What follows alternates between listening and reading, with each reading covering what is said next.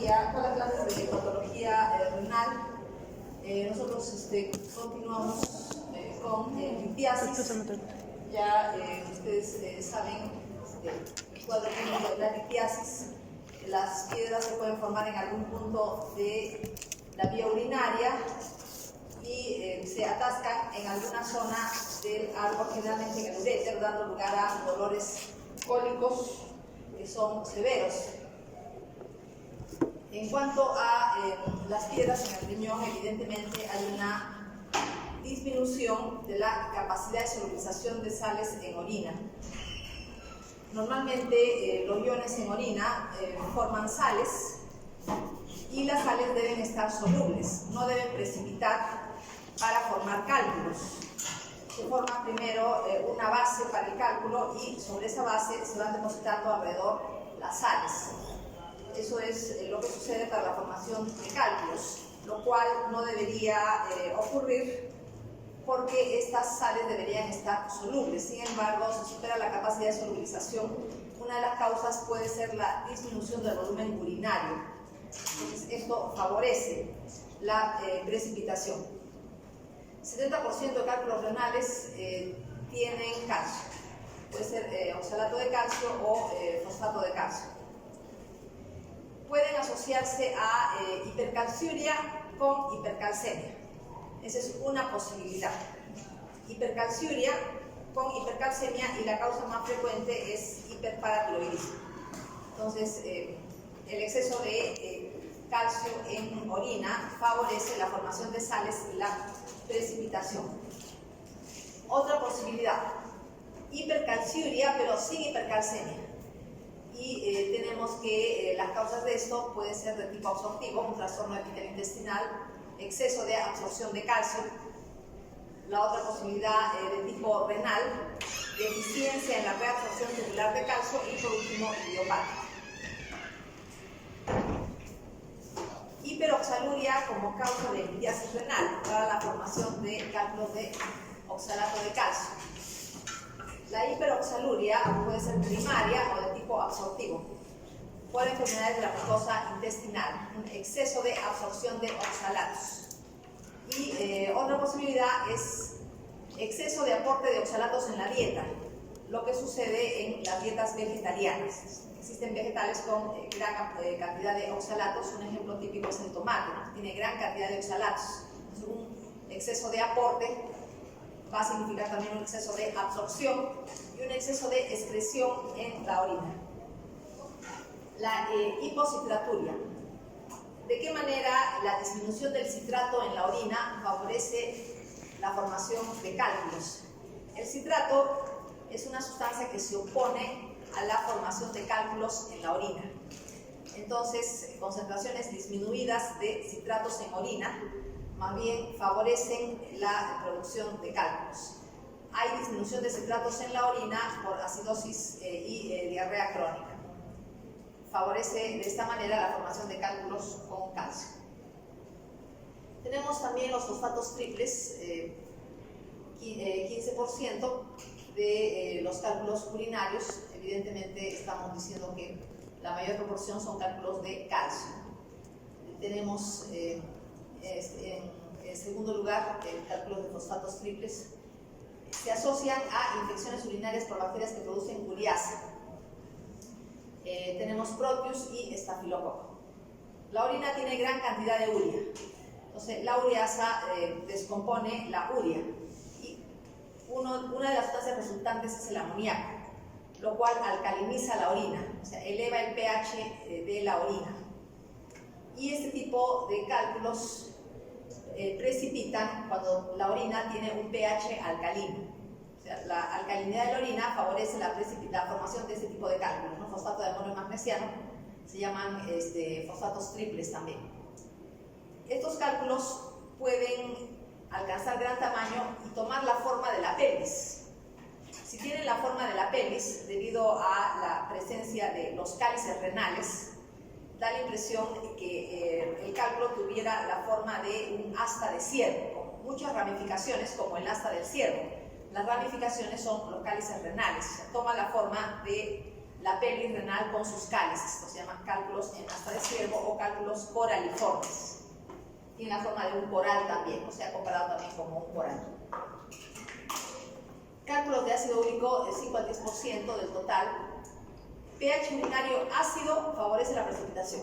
Entonces tenemos que pH alcalino favorece la formación de cálculos de fosfatos triples y el pH ácido favorece la formación de cálculos de ácido úrico. ¿En qué casos tenemos la precipitación del ácido úrico, exceso de ácido úrico en orina? Se llama hiperuricosuria. Lo típico es la gota, exceso de ácido úrico tanto en sangre como en orina, síndrome de Lesch-Nyhan. Es una enfermedad metabólica hereditaria, en la cual también hay un exceso de ácido úrico en la orina. Destrucción celular acelerada, por ejemplo, leucemia en tratamiento. ¿Qué pasa con las leucemias en tratamiento? El tratamiento de la leucemia hace que buena proporción de las células neoplásicas mueran por la terapia citotóxica. Quiere decir que gran cantidad de DNA tiene que pasar al catabolismo, porque son células neoplásicas. Entonces, todo el DNA de las células neoplásicas destruidas tiene que catabolizarse. Y el ácido úrico es un producto del catabolismo del DNA. Entonces, tenemos grandes cantidades de ácido úrico que vienen de este catabolismo, exceso de células neoplásicas que han sido destruidas por el tratamiento. Y por lo tanto, tendencia a la formación de cálculos en la orina de ácido úrico. Cistina, cálculos raros, solamente 1 al 2% del total, implican un defecto genético en la reabsorción tubular de algunos aminoácidos. A pesar que son varios aminoácidos que no se reabsorben, solamente la cistina es importante.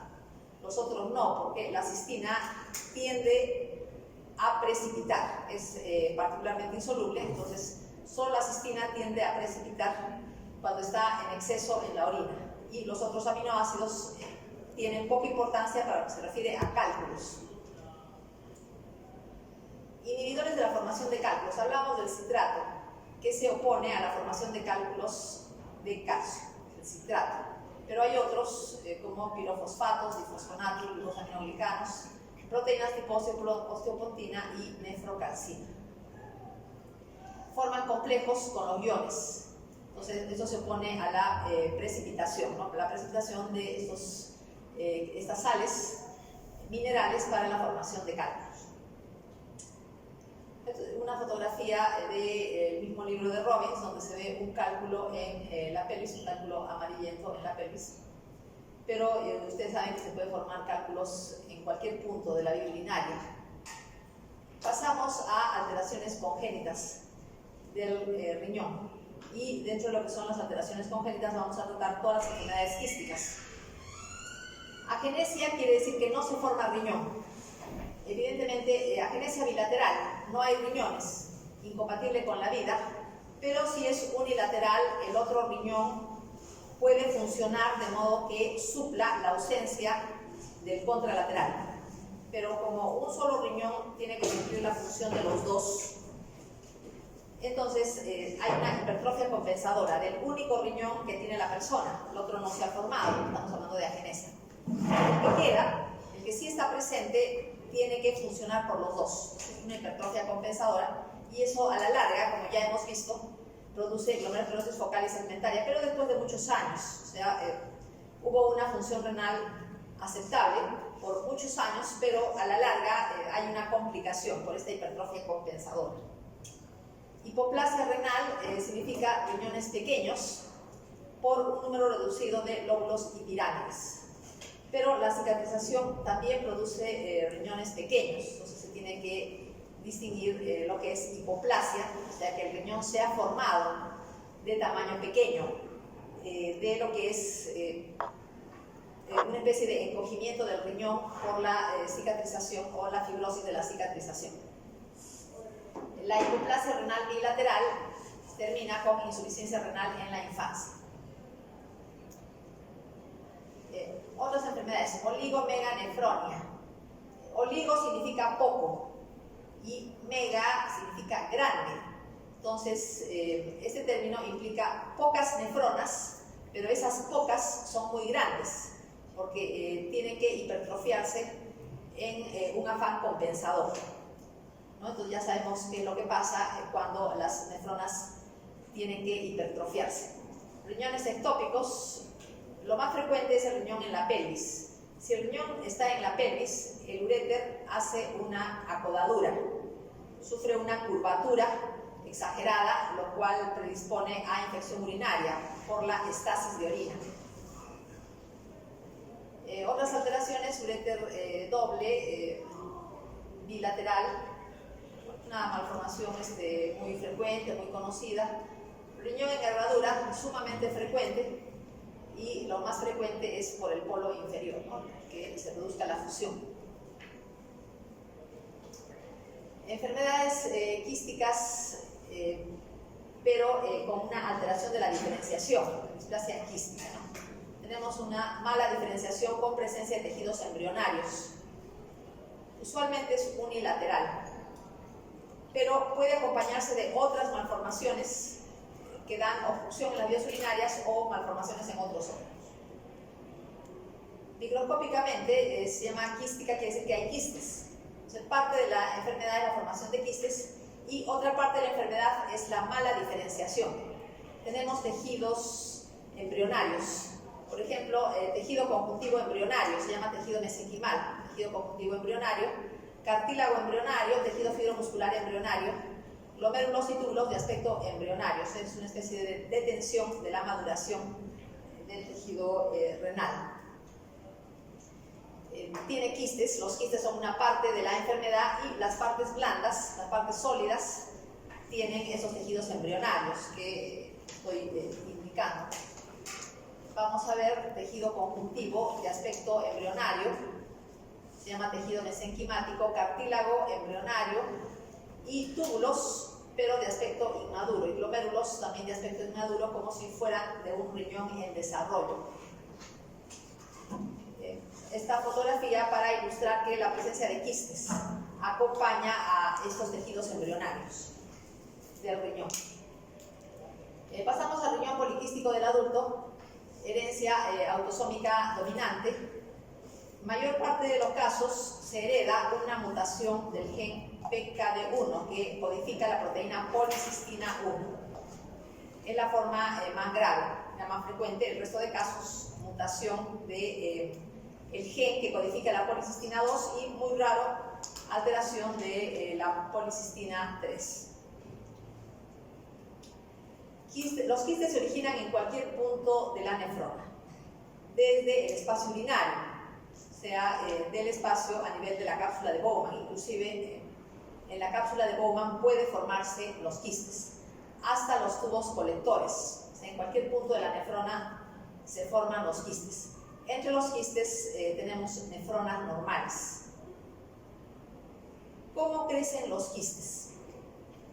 Para que crezca cualquier quiste del riñón que deriva de los túbulos, tiene que haber proliferación de las células epiteliales, si no, los quistes no podrían crecer.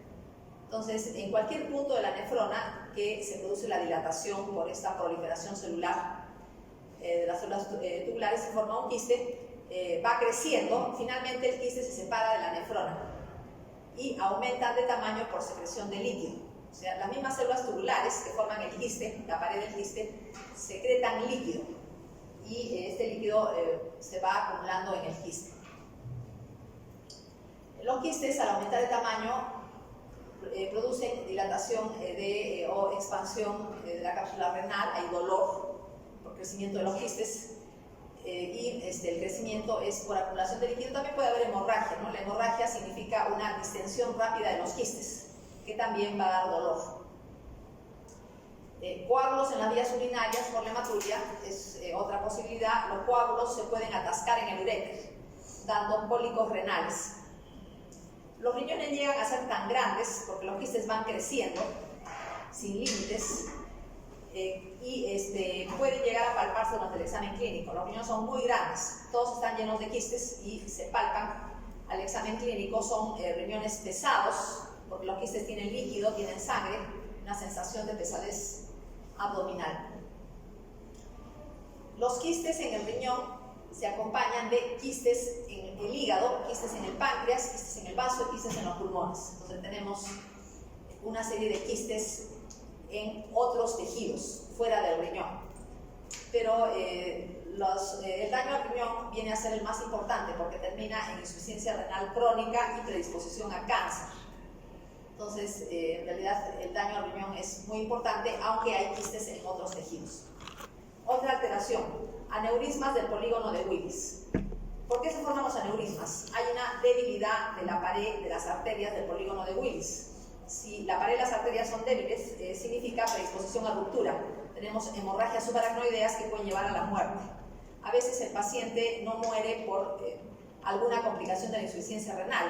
El paciente muere por hemorragia subaracnoidea, ruptura de aneurisma del polígono de Willis, también prolapso de la válvula mitral. Cuadro clínico, insuficiencia renal crónica de inicio en el adulto, que se llama riñón poliquístico del adulto. Es una enfermedad genética porque recién en el adulto aparece la insuficiencia renal, porque las nefronas se van comprometiendo de manera progresiva desde el inicio de la vida.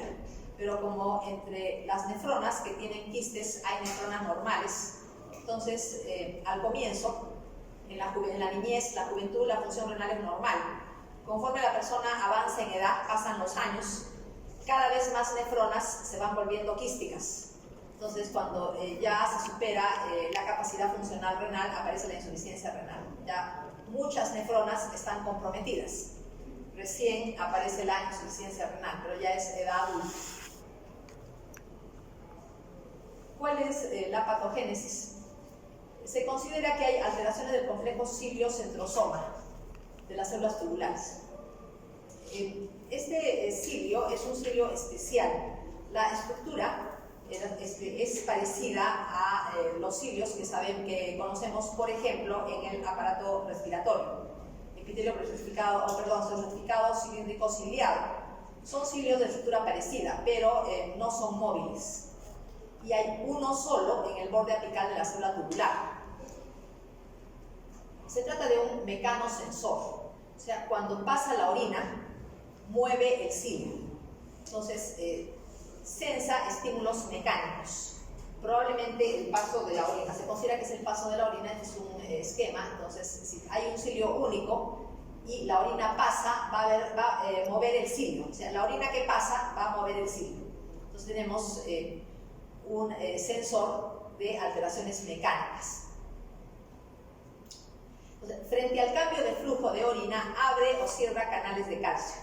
Entonces, el calcio puede penetrar o no puede penetrar a la célula tubular. Esto influye en la polaridad y la proliferación celular.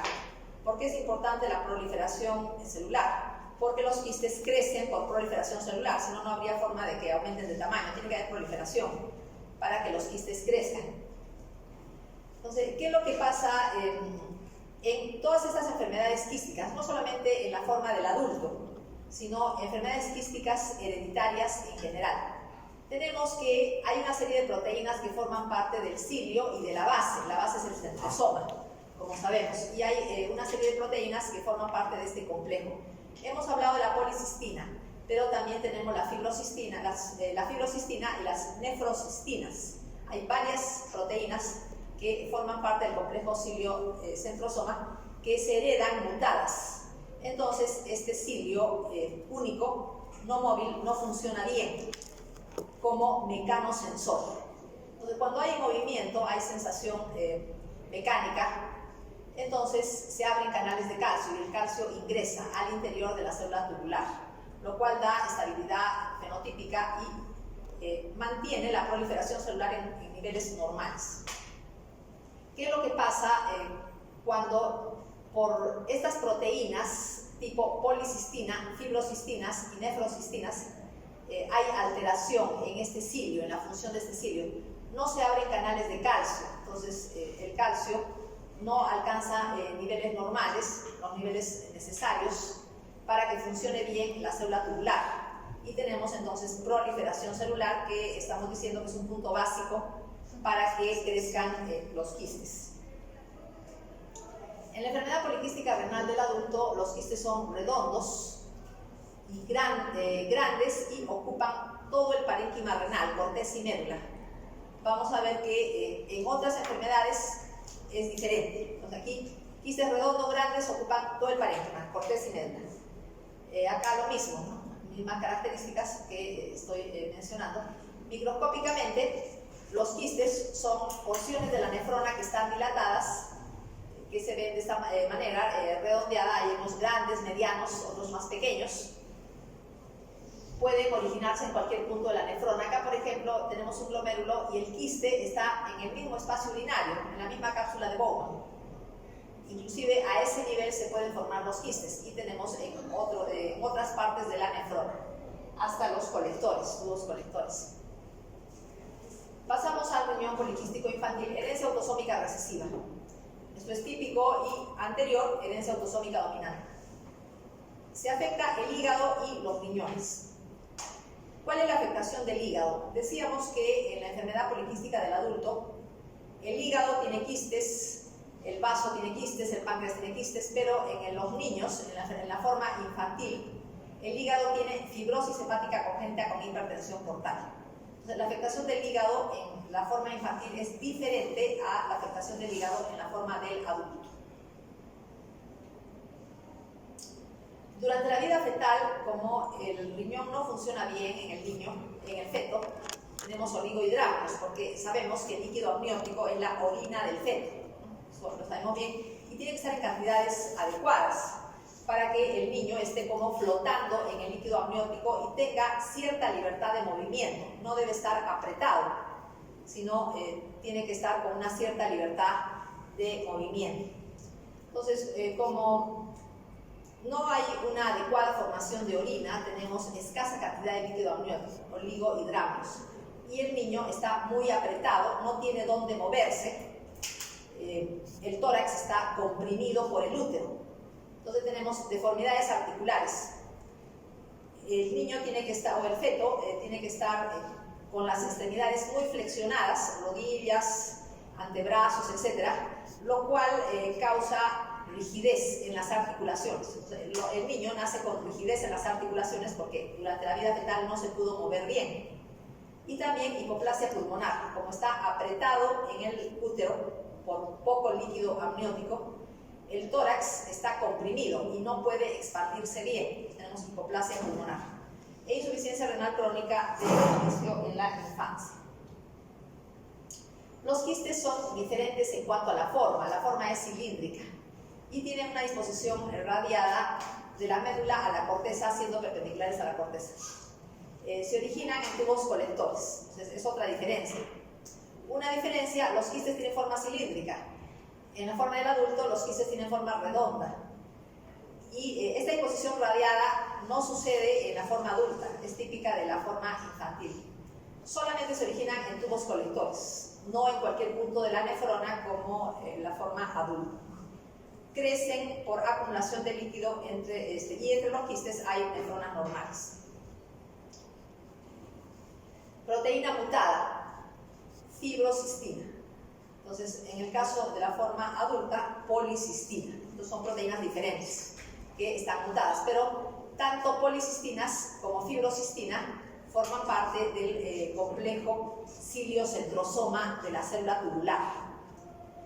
Sin embargo, vemos que como parte de esta enfermedad, también el hígado está alterado. Entonces, probablemente la fibrocistina, además de formar parte del cilio único de la célula tubular, intervenga en la diferenciación de tubos colectores y conductos biliares. Probablemente también intervenga en la formación de conductos biliares. Hay una amplia variedad de mutaciones diferentes. Entonces estamos diciendo que es autosómica recesiva. Quiere decir que los dos alelos tienen que tener la mutación, pero las mutaciones pueden ser diferentes, pero son mutaciones que implican alteración de la proteína, de todas maneras. Cuando las mutaciones son diferentes, pero anormales, decimos que es un heterocigoto compuesto. O sea, tiene la enfermedad, pero son mutaciones diferentes y los alelos son diferentes. Dilatación cilíndrica. Entonces, por ejemplo, vemos el túbulo que tiene esta forma cilíndrica, no la forma redonda del riñón, de la forma del adulto. Y estos cilindros son perpendiculares a la superficie del riñón. Si tenemos aquí la superficie, los cilindros son perpendiculares. Tenemos dilatación cilíndrica de los conductos colectores. Acá vemos una comparación de la forma adulta, quistes redondos en todo el parénquima, corteza y médula, y acá vemos quistes que son largos. Los quistes son largos y están perpendiculares a la superficie renal. Es diferente la macroscopía. Y acá lo que vemos, hígado con quistes. ¿Quién tiene quistes en el hígado? La forma del adulto. Porque la forma infantil tiene fibrosis hepática congénita, que es diferente. Algo sobre la patogénesis, aunque ya hemos indicado sobre el complejo cilio-centrosoma. Estas enfermedades en las cuales el cilio no móvil de la célula tubular está alterado se llaman ciliopatías. Y tenemos que las proteínas son policistinas, fibrocistina o nefrocistinas. Las nefrocistinas son varias. Policistina 1 y 2, las más importantes. Tenemos también policistina 3, que raramente se altera. ¿Qué es lo que pasa con estas proteínas? Forman parte del complejo cilio-centrosoma. Y hemos dicho que este cilio único no es móvil, pero es un mecanosensor. Entonces, la mecanosensación está alterada en los tubos, en la célula tubular, lo cual altera el influjo de calcio. No se abren de manera correcta los canales de calcio que intervienen en los impulsos proliferativos de la célula. Entonces tenemos un crecimiento de la célula epitelial tubular alterado y la diferenciación también alterada, que forma parte del síndrome. Otras consecuencias: proliferación celular para el crecimiento de los quistes. Las mismas células del quiste, las células tubulares que forman el quiste, fabrican líquido o secretan líquido al interior. Entonces el quiste también puede crecer por el líquido que la misma célula tubular que forma el quiste va produciendo. Y tenemos una señalización anormal a nivel de la matriz extracelular. Termina con daño glomerular, daño vascular e insuficiencia renal. Forma en el adulto como forma infantil, insuficiencia renal. Vamos a ver ahora otras enfermedades en las cuales están alteradas la nefrocistina. El resultado es el mismo, insuficiencia renal crónica. Vamos a ver en qué casos las nefrocistinas están alteradas, ¿no? Es otro tipo de enfermedades quísticas. Riñón esponjoso medular. Esta es una alteración que está dentro de lo que son enfermedades quísticas, pero no da insuficiencia renal. Entonces aquí no interviene lo que es la mecanosensación alterada del cilio único. Es otra patogénesis que no se conoce bien. ¿Por qué se llama riñón esponjoso medular? Los quistes se ubican en la médula, consecuencia de la dilatación de los tubos colectores. Complicaciones en los quistes: como hay orina retenida, puede haber precipitación de sales, se forman cálculos, puede haber sangrado, y en los quistes se retiene orina. Donde se retiene orina, hemos dicho que funciona una especie de caldo de cultivo para bacterias que vienen por vía ascendente o por vía hematógena. Entonces, los quistes de todas maneras hacen daño, favorecen las infecciones también. Función renal conservada. No llega a la insuficiencia renal como otras enfermedades quísticas. La enfermedad se manifiesta en el adulto, cuarta, quinta década. Puede haber complicaciones con litiasis, pielonefritis. En estos casos tenemos inflamación a nivel del tejido conjuntivo de la médula renal, cicatrización y atrofia tubular. La atrofia tubular tiene su propio cuadro clínico, que ya lo hemos visto. Alteración en la función tubular.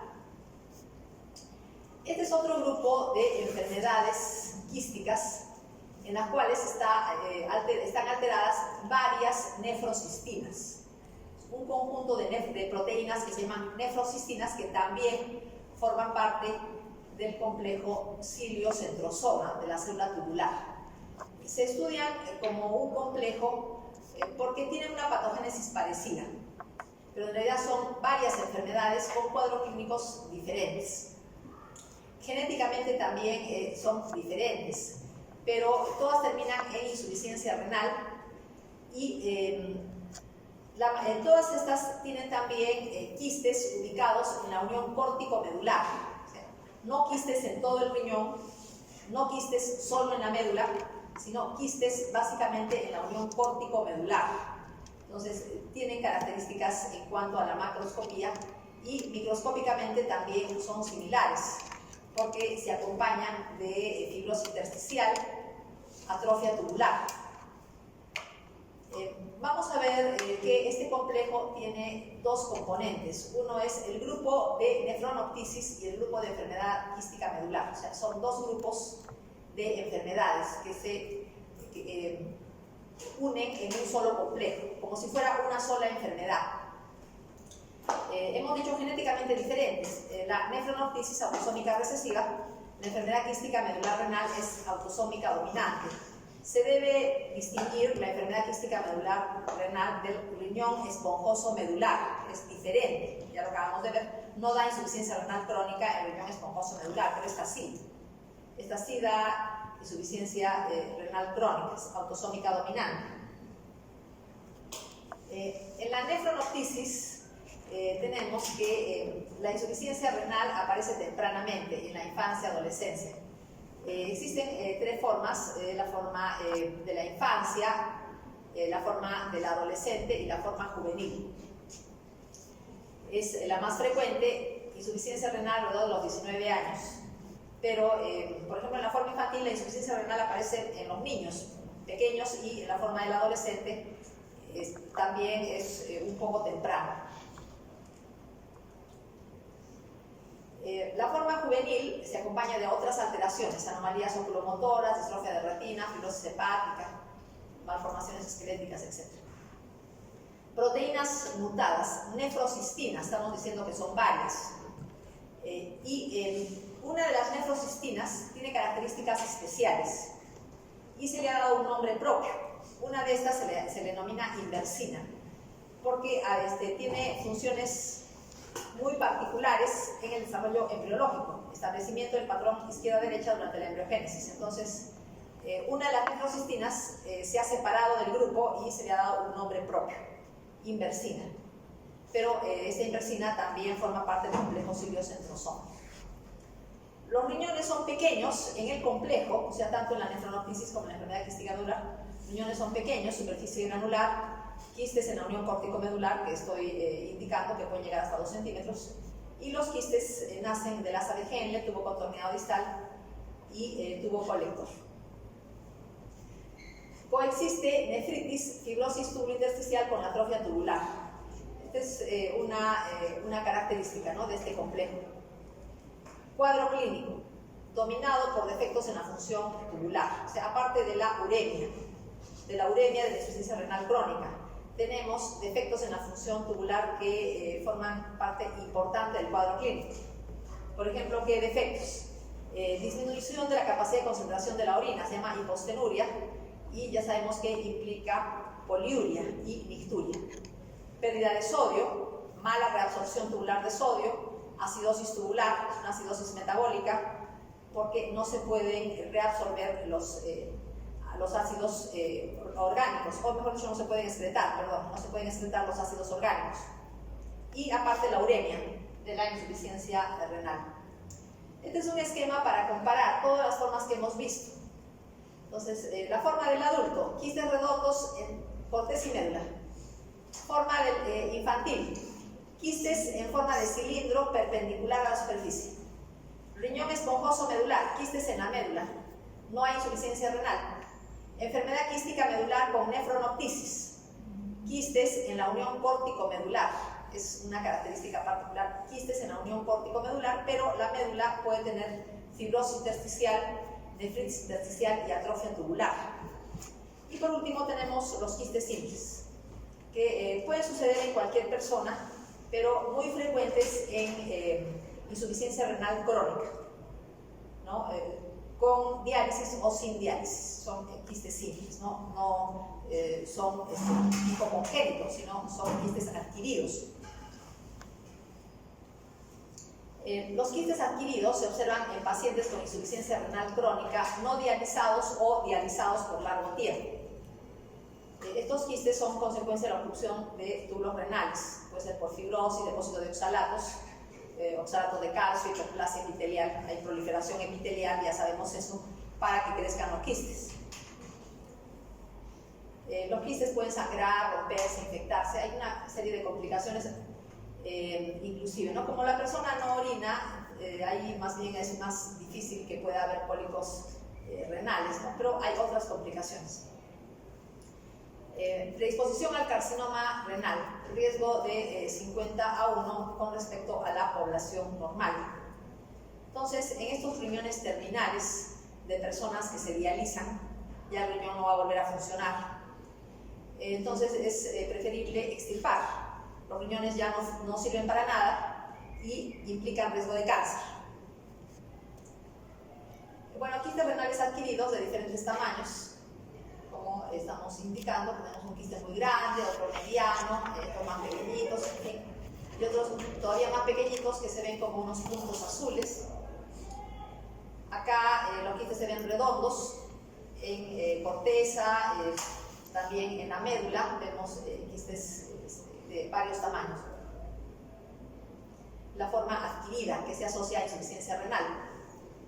Dejamos todo lo que son enfermedades quísticas y pasamos a tumores, con lo que terminamos el capítulo, empezando con tumores benignos.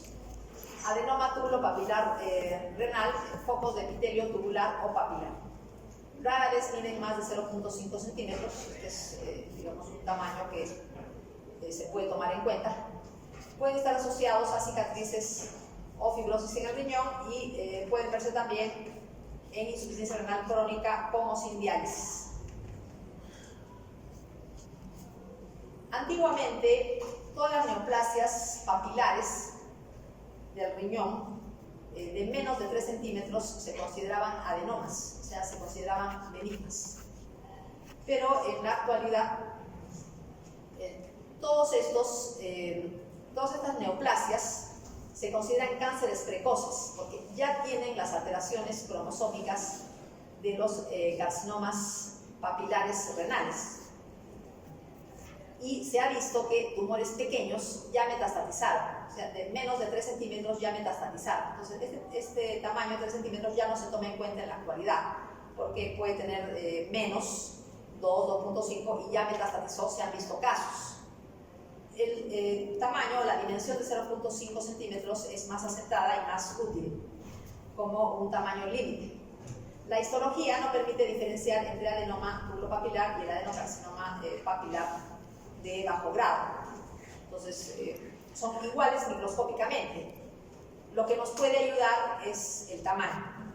Lógicamente no tan grande, sino es un tamaño más pequeño. Bueno, acá tenemos un adenoma metanéfrico, es papilar, se ven las papilas, y las papilas están revestidas por un epitelio, puede ser cúbico o células cúbicas altas. Seguimos con tumores benignos, oncocitoma. Es un tumor homogéneo, bien encapsulado, el color es particular, se describe como un color caoba. Es un color marrón claro, de color caoba. ¿Qué significa oncocitoma? Significa neoplasia de oncocitos. Un oncocito es cualquier célula epitelial que tiene grandes cantidades de mitocondrias en el citoplasma y al microscopio de luz el citoplasma es muy eosinófilo. Eso se denomina oncocito. Entonces, los tumores que tienen este tipo de células se llaman oncocitomas. Una posibilidad, oncocitoma renal, pero tenemos que pueden haber oncocitomas en otros tejidos, por ejemplo, glándulas salivales. Acá tenemos este color marrón claro que se describe como color caoba, muy bien delimitado. Puede tener un tamaño notorio, un tamaño grande, pero es benigno. Acá se ve una parte blanca que es una cicatriz, ¿no? Esta parte blanca de acá, una cicatrización. Las células están agrupadas en nidos, grupos, o pueden formar túbulos también. Los citoplasmas son muy eosinófilos, es un color rojo brillante. Se puede ver en hematoxilina eosina. Eso se denomina oncocito, núcleos redondos, más o menos centrales. Homogéneos, porque es un tumor benigno. ¿Qué es lo que da esta tonalidad roja fuerte en el citoplasma? Gran cantidad de mitocondrias. Se puede mostrar al microscopio electrónico, ¿no? Lleno el citoplasma de mitocondrias, se pueden distinguir las crestas, ¿no? Todas estas organelas son mitocondrias, se distinguen las crestas. El angiomiolipoma es un tumor que pertenece al grupo de los pecomas. Pecoma significa célula epitelial perivascular y es un grupo de tumores que se llaman pecomas, una mezcla de vasos sanguíneos, músculo liso y tejido adiposo. Los angiomiolipomas se asocian a esclerosis tuberosa, es una enfermedad hereditaria en la cual se hereda por la línea germinal genes, un gen supresor de tumores mutado, puede ser el TSC1 o TSC2. SC significa esclerosis y T tuberosa. Entonces TSC significa esclerosis tuberosa. Es el nombre del gen, puede ser 1 o 2. Cualquiera de los dos puede heredarse mutados. Son genes supresores. Entonces, si se hereda un alelo mutado, entonces estamos hablando del primer golpe de Natson. Ustedes recuerdan la teoría de los 2 golpes de Natson para la herencia de genes supresores de tumores que se ve en el retinoblastoma familiar. Acá sucede lo mismo. El primer golpe se hereda por la línea germinal. Todas las células del cuerpo de esta persona tienen la mutación, pero para que haya el angiomiolipoma tiene que haber una segunda mutación, el segundo golpe. El segundo golpe es adquirido, ¿no?, en el otro alelo, el alelo que se heredó normal. Pero esclerosis tuberosa no significa únicamente tumores. Tenemos otro tipo de lesiones que no son tumores, la corteza cerebral que producen epilepsia y también retraso mental, y alteraciones cutáneas, entre las que se encuentran tumores de la piel. Sí se producen algunos tumores benignos de la piel en el contexto de esclerosis tuberosa. Dejamos lo que son tumores benignos para pasar a los tumores malignos, empezando por el adenocarcinoma de células renales, variedad células claras, la forma más frecuente. O sea, empezamos por eso, pero ya son malignos. Vamos a ver algunos factores asociados. Tenemos la enfermedad de von Hippel-Lindau. Los pacientes con enfermedad de von Hippel-Lindau tienen mucho riesgo de adenocarcinoma de células renales, variedad células claras. Pero es un síndrome. Tiene otros tumores como hemangioblastomas en cerebelo, en retina, quistes en riñón, hígado y páncreas. ¿Qué es lo que se hereda por la línea germinal? Por la línea germinal se hereda el gen PHL mutado. Viene a ser el primer golpe. Y el segundo golpe es adquirido, puede aparecer en cerebelo, retina y riñón. Entonces, ahí se produce el segundo golpe con la aparición de tumores. ¿De qué manera un gen supresor puede estar alterado? Para que haya tumor por algún gen supresor alterado, ese gen no debe funcionar o no debe existir. Puede no existir, está lesionado el gen del cromosoma correspondiente, entonces no existe. Pero puede existir, el gen puede estar en su cromosoma, pero no se expresa. Está incompleto por translocación desequilibrada, no se expresa. O puede ser normal, pero tampoco se expresa por estar silenciado por hiperventilación. Está presente, es normal, pero no se expresa por estar silenciado por hiperventilación. Lo cierto es que no existe por alguna razón. Tenemos varias posibilidades. Entonces, la herencia por la línea germinal es el primer golpe. Entonces, se hereda el gen PHL mutado, que es un gen supresor de cáncer, y después tenemos el segundo golpe, ¿no? El segundo golpe en células del riñón, por ejemplo. Solo el riñón para adenocarcinoma en células renales o en cerebelo, retina, etc. El consumo de tabaco también favorece el cáncer renal, entre otros cánceres que ya conocemos. Enfermedad quística adquirida.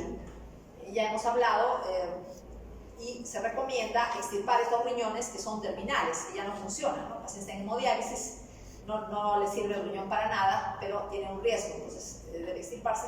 Riñón poliquístico del adulto también tiene un riesgo de adenocarcinoma de células renales, variedad de células claras. Este nombre, células claras, viene del hecho de que los citoplasmas tienen lípidos y glucógeno. Y durante el procesamiento histológico, los lípidos y el glucógeno del citoplasma de las células cancerosas se disuelven. Entonces parece que el citoplasma tuviera aspecto vacío, de ahí viene el nombre de células claras. No solamente hay células claras en adenocarcinoma de células renales, hay muchos tumores que tienen células claras. El mecanismo es el mismo. Las células neoplásticas tienen lípidos y glucógeno que se disuelven. ¿Por qué los tumores son amarillos? Porque tienen lípidos. Entonces se describen los tumores de color amarillo. Tenemos un tumor grande y acá la corteza, el uréter, la pelvis renal está deformada, está apretada por el tumor, y acá corteza, cálices renales, pelvis, etc. Este tumor está en la corteza, pero se ha expandido hacia el tejido adiposo perirrenal. Se ve de un aspecto hemorrágico, necrótico, pero ha nacido en la corteza, como se puede ver. El tumor acá tiene un aspecto ovalado. Es un tumor ovalado, amarillento también, ya sabemos por qué es amarillento.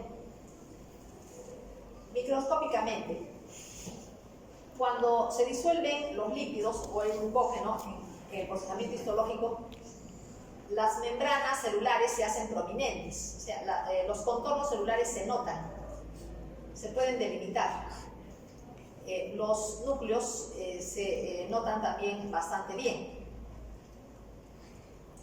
Acá, como se disuelve lo del citoplasma, entonces los contornos celulares son prominentes, no se notan.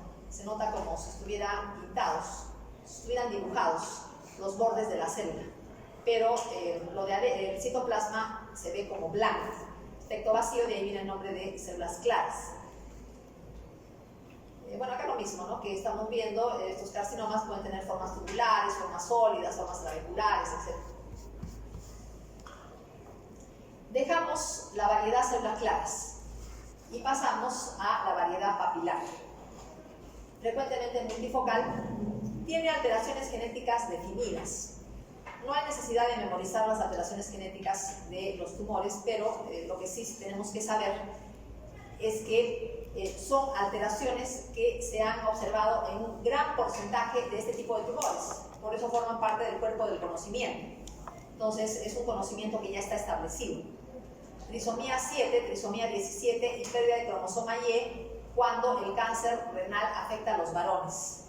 Es tan frecuente en la variedad papilar que se tiene que mencionar de todas maneras, aunque no haya necesidad de memorizarlo, ¿no? Pero tenemos que saber que esto ya está bien definido. En el cromosoma 7 se ubica el gen c-MET, que codifica a un receptor tipo tirosina quinasa del factor de crecimiento de hepatocitos. No es un oncogen, es receptor de un factor de crecimiento. A diferencia, por ejemplo, del VHL, el VHL es un supresor, pero c-MET es un oncogen, ¿no? Como estamos diciendo. El factor de crecimiento de los hepatocitos se llama también factor de dispersión, que interviene en la embriogénesis, crecimiento, movilidad celular, invasión, diferenciación morfogenética. Está relacionado con el desarrollo embrionario. Las papilas, como es una variedad papilar, quiere decir que el tumor tiene papilas.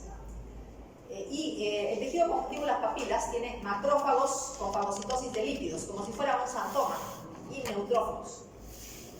Entonces vemos papilas, las papilas están revestidas por un epitelio cúbico o cúbico alto, pero dentro de las papilas hay histocitos con fagocitosis de lípidos, histocitos espumosos, como si fuera un xantoma o con una colesterolosis. Cualquiera de esas cosas se ve en este tumor, en la variedad papilar, no en las otras variedades, pero sí en la variedad papilar. La variedad cromófoba es más rara. Una característica es la hipodiploidía. Normalmente la célula diploide tiene 46 cromosomas. Si decimos que la célula cancerosa es hipodiploide, quiere decir que tiene menos de 46. 40, 35, lo que sea, pero menos de 46. Pierde varios cromosomas. Pero el tipo de cromosomas que se pierde no está bien definido, entonces simplemente se dice hipodiploidía. Microscópicamente hay un aspecto sólido del tumor, las membranas celulares son prominentes, el núcleo es central y tiene un halo. Vamos a ver unas fotos. Entonces, patrón sólido. Los contornos celulares son prominentes, se notan. Los contornos celulares. Núcleos centrales y con un borde claro, o sea, con un halo. Entonces, esta es la forma cromófoba. Tiene particulares microscópicas. Lo mismo, para poder hacer hincapié, ¿no? Sólido, núcleos redondeados centrales, contornos celulares se notan prominentes y hay un espacio blanco alrededor de los núcleos, como si fuera un halo. Esta es la variedad cromófoba que estoy indicando. Alteraciones citogenéticas están en azul y los genes están en rojo. Por ejemplo, el carcinoma papilar esporádico, trisomía 7-17, y en los varones con cáncer las células cancerosas han perdido el cromosoma Y. En la forma hereditaria, lo más frecuente es la trisomía 7. El oncogen más importante, el oncogen MET, estamos diciendo el CMET, ¿no? Es un oncogen receptor del factor de crecimiento hepatocitario, que está activado. En la variedad células claras está alterado un gen supresor, gen VHL, que se ubica en el cromosoma 3. Está inactivado, puede ser por mutación, puede ser por silenciamiento. El gen está presente, es normal, pero está silenciado, no se expresa. Si no se expresa es como si no existiera. Entonces, favorece la producción de cáncer. Variedad que deriva de conductos colectores. Muy raro, solamente 1 al 2%. Carcinoma de conductos de Bellini. Se ubica en la médula, están los tubos colectores, y tiene un túbulo papilar. Vemos, se ubica en la médula, como estamos diciendo, se puede extender a la pelvis. Se ven túbulos y se ven papilas revestidas por células cúbicas. Las células cúbicas son cancerosas. Todas estas células cúbicas que se ven son cancerosas y hay un tejido fibroso. Ahí están inmersos los túbulos neoplásicos y las papilas. Tenemos una variedad que se llama variedad medular, que es característico de los pacientes con drepanocitosis. Tienen una forma particular, pero esta forma se llama variedad medular, pero está dentro del grupo de los carcinomas de los conductos colectores. Es similar, microscópicamente similar, y tiene una ubicación similar. Es en la médula, pues se llama medular, está en la médula renal, ahí nace el tumor. Algunos casos de carcinomas celular renales tienen unas células anormalmente pleomórficas, células muy grandes, muy anormales, multinucleadas. A esto se llama variedad sarcomatoide. La variedad sarcomatoide es más frecuente en la variedad células claras. La conducta biológica es más agresiva, ¿no? En estas formas que tienen núcleos tan anaplásicos. Terminamos el capítulo de tumores hablando de un tumor propio de niños, que es el tumor de Wilms. Pero el tumor de Wilms es un epónimo y sabemos que se tiende a no usar apellidos, sino usar un nombre más científico que sería nefroblastoma. Pero los tumores que terminan en blastoma sabemos que tienen tejidos embrionarios. Entonces, son tejidos embrionarios del riñón, eso tiene el tumor. 50% de casos ocurren antes de los 3 años, 90% antes de los 6 años. Entonces, es un tumor típicamente de niños, como estamos indicando. Vamos a ver síndromes que se asocian a un riesgo del nefroblastoma. Por ejemplo, el síndrome Wark. El síndrome Wark es un acrónimo y cada letra significa una parte del síndrome. Por ejemplo, W viene de tumor de Wilms. O sea, estos pacientes con el síndrome Wark tienen riesgo alto de tumor de Wilms. A viene de aniridia. Aniridia significa que el ojo no tiene iris, no se ha formado el iris. Son ojos anormales. ¿Cuál es la de lesión en este síndrome? De lesión de la región 11P13, cromosoma 11, brazo corto, región 13. Y ahí, en esta zona, se ubican genes BT1. BT1 significa tumor de Wilms, y el gen PAC5. Los dos, BT1, WT1 y PAC6, son factores de transcripción.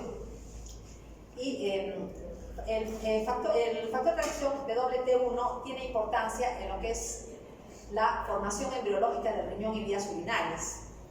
Y el PAC6 es un factor de transcripción importante en la formación embriológica adecuada del ojo. Entonces, si PAC6 está lesionado, hay malformación del ojo. En este caso, este síndrome tiene de manera particular falta de iris. De ahí viene el nombre de aniridia. Y la G significa que viene de genitales, anomalías genitales, y la R viene de retraso mental. Otro síndrome con riesgo de tumor de nefroblastoma.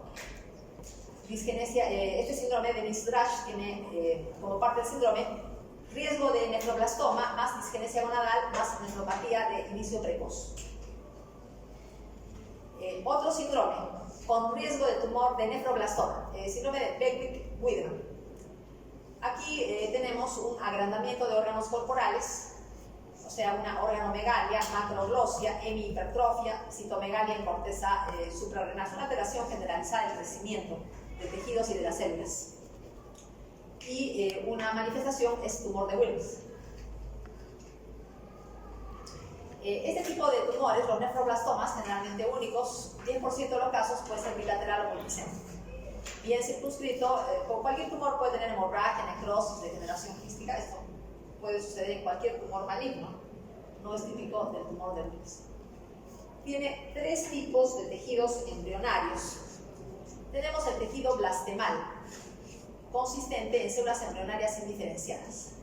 Tiene tejido mesenquimal, tejido conjuntivo embrionario. Y tiene tejido epitelial embrionario, o sea, túbulos y glomérulos embrionarios. Tienen aspecto inmaduro, los túbulos y glomérulos. Es el componente epitelial embrionario. Bueno, acá tumor grande, polo inferior del riñón. Tenemos una fotografía para ilustrar tres componentes. Túbulos. Los túbulos forman parte del componente del epitelio embrionario, como ya hemos visto. Tenemos tejido conjuntivo embrionario, componente mesenquimal, y un componente que se llama componente blastemal, constituido por células indiferenciadas con muy poco citoplasma. Todas estas partes, componente blastemal, células indiferenciadas. Acá, el componente blastemal, células con poco citoplasma muy apretadas. Y aquí, donde las células están un poquito más laxas, es el componente mesenquimal. Acá, componente epitelial embrionario, túbulos inmaduros, glomérulos de aspecto embrionario. Componente mesenquimal, tejido conectivo embrionario. Y componente blastemal son estos grupos de células con poco citoplasma de aspecto indiferenciado. O sea, los tres componentes están mezclados en el nefroblastoma. Hay algunas variantes que se llaman variantes anaplásicas, que implican mal pronóstico. Las células, por ejemplo, el componente blastemal, son muy grandes, tienen mitosis atípicas. Entonces, eso implica mal pronóstico, se llama forma anaplásica del nefroblastoma. Nada más respecto a lo que es la patología del riñón, pero pasamos al capítulo, iniciamos, porque tenemos varios minutos.